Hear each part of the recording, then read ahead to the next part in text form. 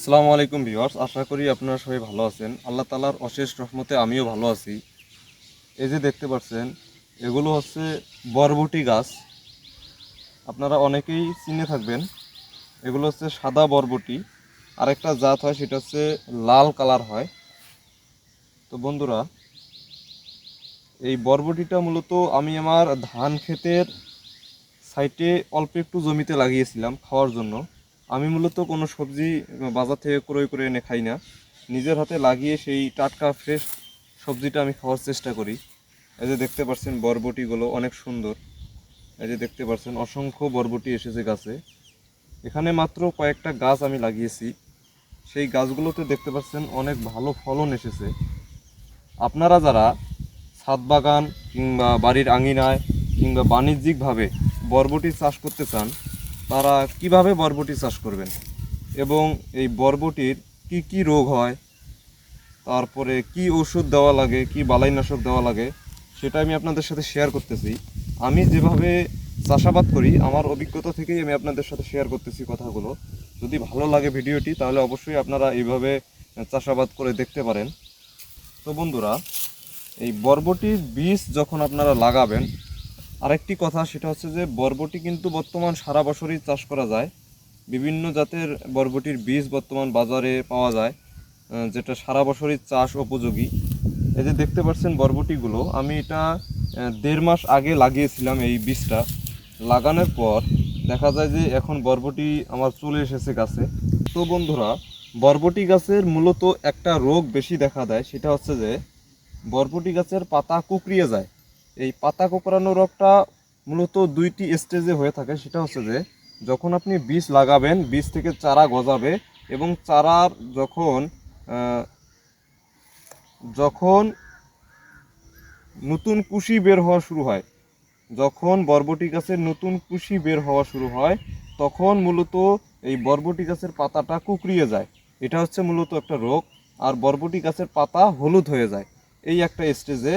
আরেকটা স্টেজে এই যে এখন যে এই যে ফল আসতেছে গাছে, বরবটি আসতেছে, এই স্টেজে এসেও দেখা যায় যে বরবটির পাতাটা হলুদ হয়ে যায় এবং পাতা কুঁকড়িয়ে যায়। মূলত এই পাতাটা কুঁকড়ায় কেন, এর কিছু কারণ আছে। সেটা হচ্ছে যে এই পাতার নিচে অসংখ্য এফিড, জেসিড, সাদামাছি, অসংখ্য পোকা এ জায়গায় বাসা বাঁধে এবং এর রসগুলো শোষণ করে খায়। এই রসগুলো যখন শোষণ করে খায়, তখন এই গাছের গোড়ার থেকে যে রসটা গাছ শোষণ করে এর ডালপালা বা ফলের মধ্যে নিয়ে আসে, সেই পোকাগুলো এই রসটা এই জায়গায় চুষে খেয়ে ফেলে। এই কারণে দেখা যায় যে পাতাটা কুঁকড়িয়ে যায়। আর যদি আপনাদের এই বরবটি গাছের পাতাটা কুঁকড়িয়েই যায়, তখন আপনারা কি ব্যবস্থা নেবেন, কি বালাইনাশক স্প্রে করবেন? তখন আপনারা ইমিডাক্লোপিড গ্রুপের ঔষধ, যেমন ইমিটাপ, তারপরে নিটপিট, এই ধরনের কিছু ওষুধ বাজারে পাওয়া যায়।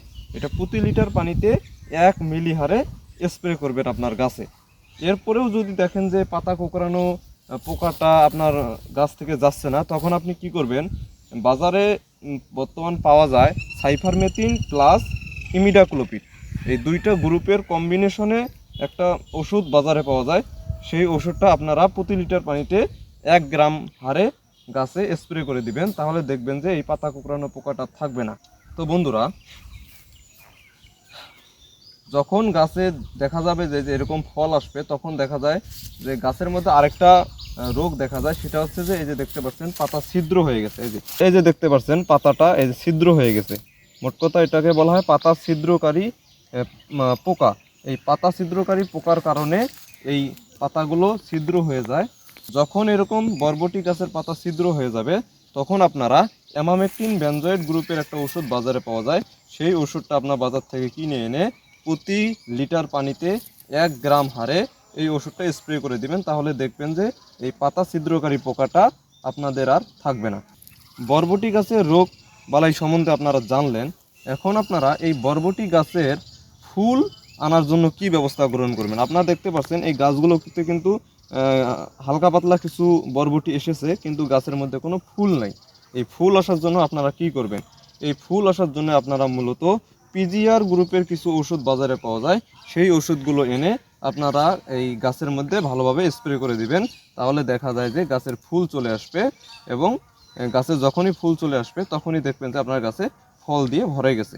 আরেকটি কথা হলো, আপনারা গাছে সার দিবেন কিভাবে, সেটা হচ্ছে যে বরবটি গাছের একটা করে বরবটি গাছের গোড়ায় আপনারা যদি ছাদ বাগান বা বাড়ির আঙিনায় লাগিয়ে থাকেন খাওয়ার জন্য, তাহলে দেখা যায় যে গাছের গোড়ায় হালকা করে মাটিটা আগলা করে দিয়ে 5 গ্রাম ডিএপি, 5 গ্রাম পটাশ এবং 5 গ্রাম দিবেন জিঙ্ক সালফেট মনোহাইড্রেট।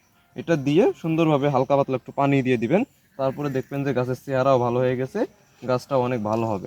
তো বন্ধুরা, এই যে দেখতে পাচ্ছেন আমার গাছগুলো তো অসংখ্য বরবটি। আমি আপনাদের আরও কিছু গাছ দেখাচ্ছি এদিকে। তো বন্ধুরা, এই যে দেখতে পাচ্ছেন গাছগুলো, এই গাছগুলো আমি অনেক দিন আগে লাগিয়েছিলাম। এই গাছগুলোর বয়স এখন শেষের দিকে।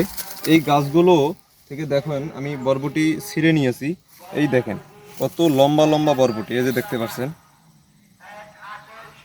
এই যে বন্ধুরা দেখতে পাচ্ছেন কত লম্বা লম্বা, প্রায় 1 থেকে 1.5 হাতের মতো একটা করে বরবটি হয়েছে।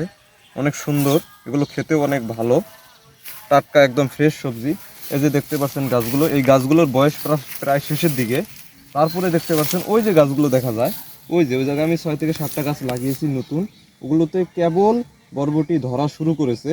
আমি এই গাছগুলো যেহেতু বয়স শেষ, এই গাছগুলো আমি এখন ভেঙে ফেলবো, তারপরে ওই গাছগুলোতে ধরবে, সেই বরবটিগুলো আমরা খাবো। তো বন্ধুরা, ভিডিওটি যদি আপনাদের ভালো লেগে থাকে তাহলে অবশ্যই লাইক, কমেন্ট এবং শেয়ার করে দিবেন। আপনাদের সাথে আমার দেখা হবে আমার পরবর্তী কোনো ভিডিওতে। সেই পর্যন্ত আপনারা সবাই ভালো থাকবেন। আল্লাহ হাফেজ।